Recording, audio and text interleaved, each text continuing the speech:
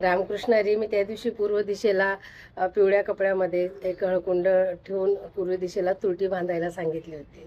तर मला बरेच जणांनी प्रश्न केला, मग आमचा पश्चिमचा दरवाजा आहे, कोण म्हणतं दक्षिणचा दरवाजा आहे, कोण म्हणतं उत्तरचा दरवाजा आहे. मग आपण कलर थेरपीप्रमाणे बांधायचं. हो, आपण कलर थेरपी करतो ना. बरेच जण उंबरठ्याला जसा दरवाजा ज्या दिशेला असल्या उंबरठ्याला कलर लावतात त्या पद्धतीचा. नाहीतर मग त्या पद्धतीचा कलर आणून म्हणजे टेप आणून चिपकवून देतात. तर मग आपण पश्चिमला दरवाजा असेल तर असा काळा कपडा घ्यायचा, त्याच्यामध्ये तुरटीचा छोटा दगड घ्यायचा, छोटा असला तरी चालतो, आणि त्याच्यामध्ये तुम्ही लवंग किंवा काळी तीळ टाकून पश्चिमला बांधून द्यायचा.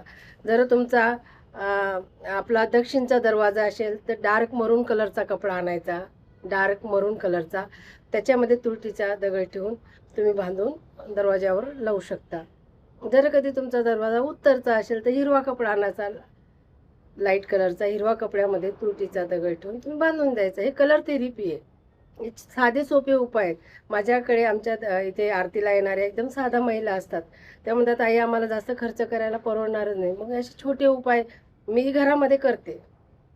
तुम्ही कधी आमच्याकडे आल्यात तर लावलेले असतात, आणि दर 2 महिन्यांनी किंवा 2.5 महिन्यांनी चेंज करून टाकायचं.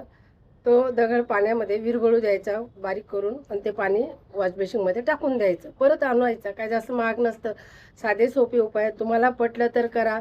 माझं काम आहे सांगायचं. मला जी माहिती आहे ते मी सांगत असते, आणि तुम्हाला आवडत असेल तर तुम्ही करा, अनुभव घेऊन बघा. केल्याशिवाय तर होणार नाही. कष्ट केल्याशिवाय पर्याय नाही. आधी कष्टाला प्राधान्य, मग या छोट्या मोठ्या गोष्टी करा. हे आपल्या घरामध्ये चांगले व्हायब्रेशनच पसरवतात.